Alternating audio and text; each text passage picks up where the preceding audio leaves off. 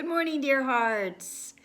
We are on lesson 21, and please subscribe. Today's lesson is an expansion from yesterday. Yesterday, I'm determined to see. Today, I am determined to see things differently. Things, anything differently, everything differently.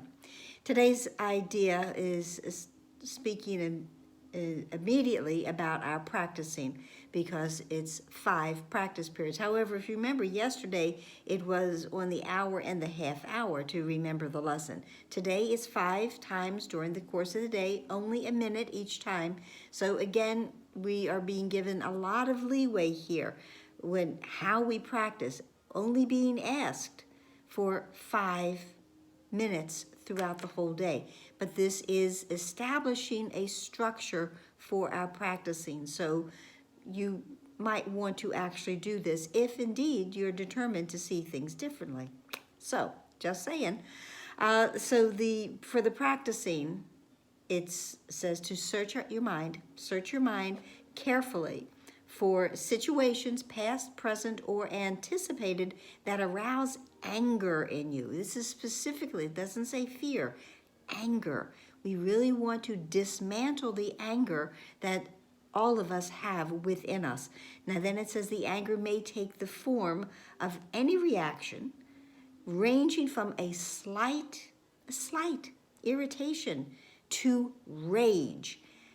There no such thing as a small upset, as we learned in lesson 5. I am either upset or I'm in peace.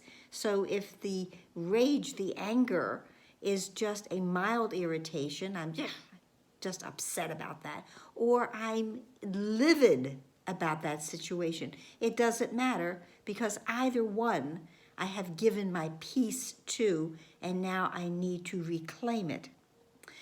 The lesson goes on to say, try not to let little thoughts of anger escape you in the practice periods. Remember that you do not really recognize what arouses anger in you, and nothing that you believe in this connection means anything. Meaningless. It doesn't mean anything. My meaningless thoughts are showing me a meaningless world. My anger thoughts are showing me a vicious world. These are all of the things that I need to shift in my mind, in my thought system, so that I may indeed have peace, not just a little bit, not just a piece of peace, but expansive peace, God's peace, everlasting peace, eternal peace. It is possible. So, the lesson goes on to say you will probably be tempted to dwell more on some situations or persons than on others, I love when they use these types of words, fallacious grounds, that they are more obvious. This is not so. It is merely an example of the belief that some forms of attack are more justified than others. I have a much bigger reason to be angry about what's going on at my child's school than I have a reason to be angry because I was double charged at the grocery store for an item. It doesn't matter. Again, if I'm either peaceful or I am not. So with the practicing, search the mind and for any form of attack thought that might come up as it presents itself to you. It's a gift. It presents itself. And say, I am determined to see, fill in the blank, the name, Rachel, differently. I am determined to see, fill in the blank, violence, school upset, politics, differently.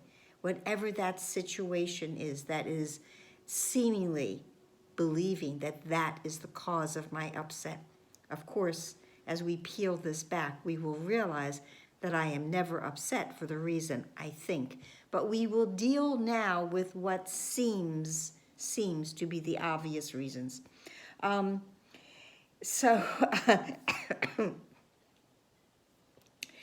It says to end the lesson. You may, for example, focus your anger on a particular attribute of a particular person, believing that the anger is limited to that aspect. Of course it is not, but it's your perception of suffering from this form of distortion. Say, I am determined to see blank, fill the attribute, whatever that might be, in that person differently.